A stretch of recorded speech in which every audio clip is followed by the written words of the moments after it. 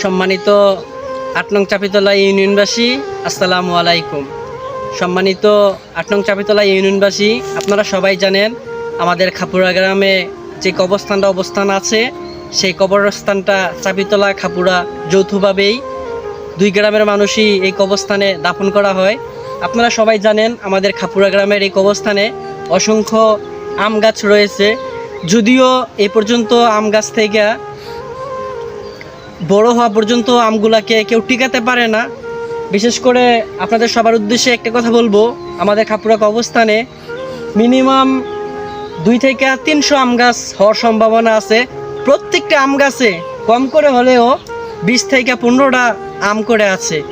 প্রত্যেকবারই আমরা এই কবরস্থানে আসা যাওয়া করা অবস্থায় অথবা এখানে যারা দান টান দেয় ওনারা আমগুলা পেরে নিয়ে যায়। আপনাদের কাছে একটা রিকোয়েস্ট থাকবে, অন্ততপক্ষে এই বছরটা দয়া করে এই কবরস্থানের আম গাছ থেকে আমগুলো আপনারা পেরে নিয়ে যাবেন না। একটা বার আমরা সবাই আসলে দেখার উচিত কবরস্থানের আমগুলো আসলে বড় হলে কীরকম সুন্দর লাগে। সবাই মনোযোগ দিয়ে আমার কথাগুলো যেগুলো বলেছি একটু মাথায় রাখবেন।